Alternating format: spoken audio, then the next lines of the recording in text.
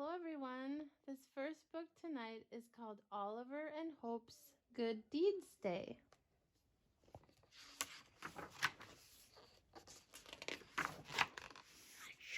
And there's a little butterfly on every page that you can look for, it said. Well, this is a soupy, soggy sight, moaned Oliver, seeing his damaged clubhouse after the big storm. How will we ever get this fixed? Hope felt a bit sad, but didn't let Oliver know that, though it's not easy to tell when a butterfly is sad, partly because they're brave, but mainly because they're so tiny. I was just looking at what was damaged. Yeah, see that. Yeah, a bad storm went through. Oliver and Hope's friends soon arrived. Chewy, the English bulldog, Charlotte the fox, and Millie the barn owl were shocked to find the clubhouse in such a sad state. "Blimey," exclaimed Chewy in his English bulldog accent. "That wind and rain made a real mess of things. I'd stay and help you polish things up, but I need to find some bits and bobs to repair me own house." Everyone wanted to stay and help, but they all had their own problems to tend to. Chewy's house was buried in branches, Millie's windmill was tattered and torn, and Charlotte's wobbly wagon made her toys spill into the muck. So everyone had damage from the storm. Yeah. Oliver and Hope wished everyone luck before splitting up to gather supplies for the clubhouse. Chewy started wondering how he would ever be able to clean up everything. As he hiked toward his house, his imagination began to run wild.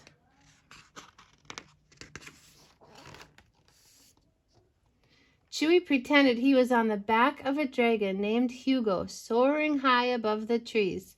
"All right, mate, one big puff should do it."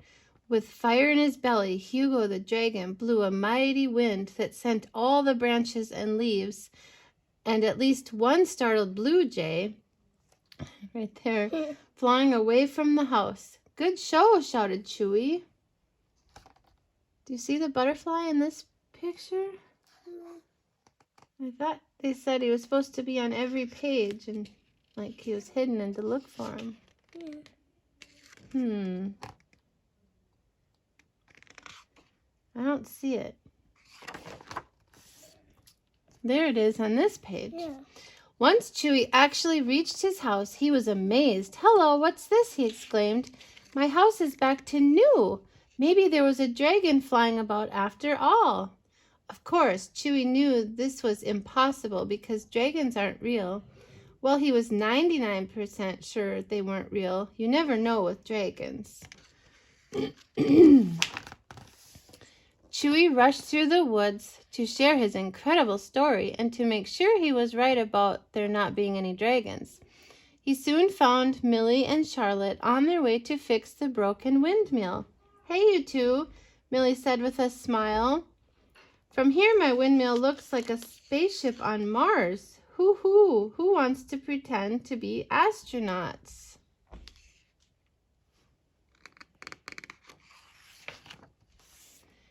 Millie, Chewy, and Charlotte put on their imaginary space suits and set to work repairing their imaginary spaceship.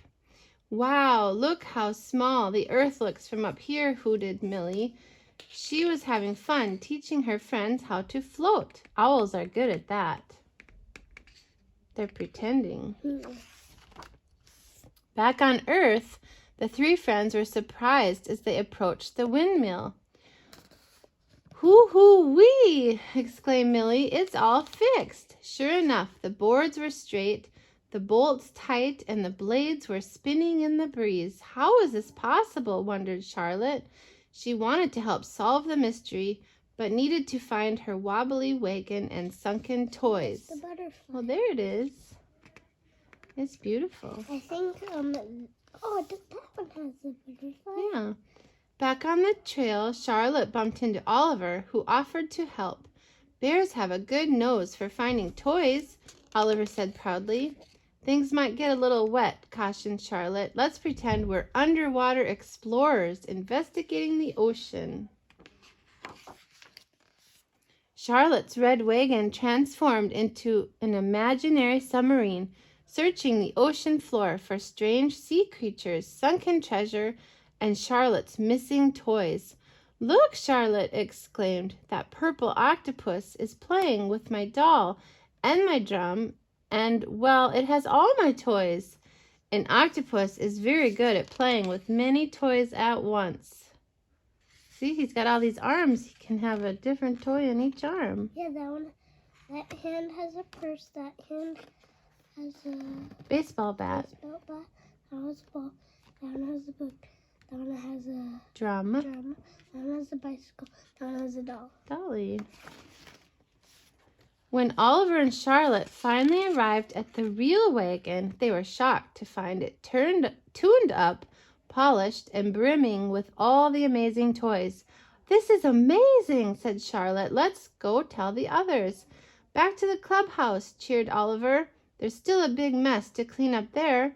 The two friends headed down the trail, anxious to share their story. When they arrived, Oliver gasped, "How in the world? The clubhouse is fixed up and better than ever." Soon, all the friends shared their own amazing stories about the curious fixes each had encountered during the day. "I bet it was that dragon," shouted Chewy, though no one seemed to agree with that explanation or any other. It was a complete mystery to everyone. Except for Hope. While out searching for Oliver earlier in the day, she spotted her friends secretly helping each other clean up from the storm. But Hope didn't let on that she knew. Instead, she started imagining all the fun ways she could use her tiny butterfly wings to lift up her friends with a surprise of her own someday very soon. See? They all helped each other and made it a surprise secret. Yeah. Well, that was nice. How wonderful, Hope reflected, that after the storm clouds parted, it was kindness that quietly rained down. See, they're all sharing their stuff. Yeah, now they can all play in the clubhouse. Yeah. I like that story. This one's called How Do I Love You?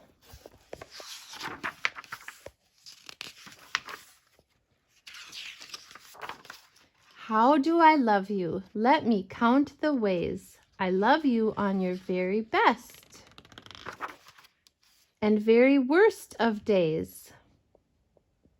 Uh-oh, he's being naughty, but he's still loved.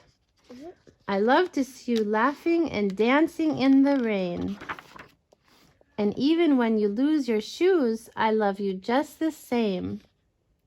He went fishing and he must have left his shoes down at the lake. I love to hear you singing. See? He's pretending that's a guitar. Yeah.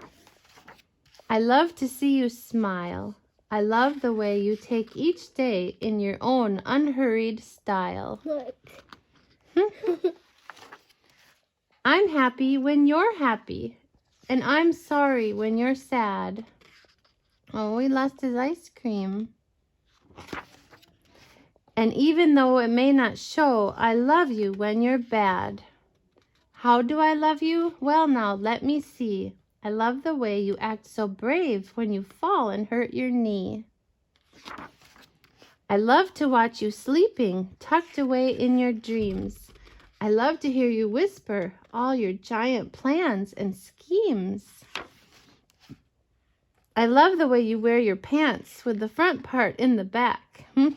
He put them on wrong. And the way you walk around sometimes with your head inside a sack. I love to see you deep in thought. He kind of looks like Silas, doesn't he? He's cute. Yeah. I love to watch you play.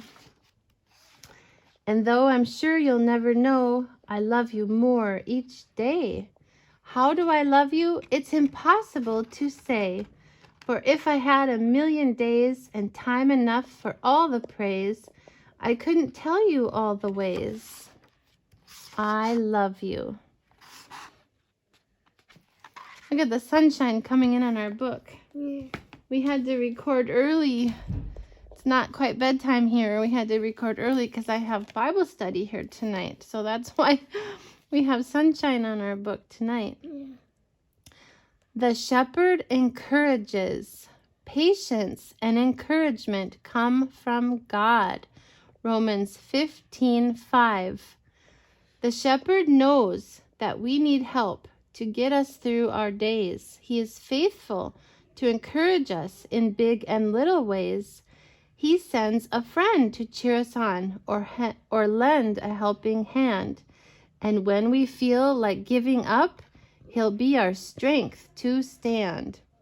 Dear God, thank you for giving me patience and encouragement. Look at, they all helped each other to get the ball. Yeah. See, the lamb is right there, then the rabbit, then the duck, and the duck's gonna grab it. Yep. The squirrel's trying to grab it. And that one's Very cheering. good. Yep.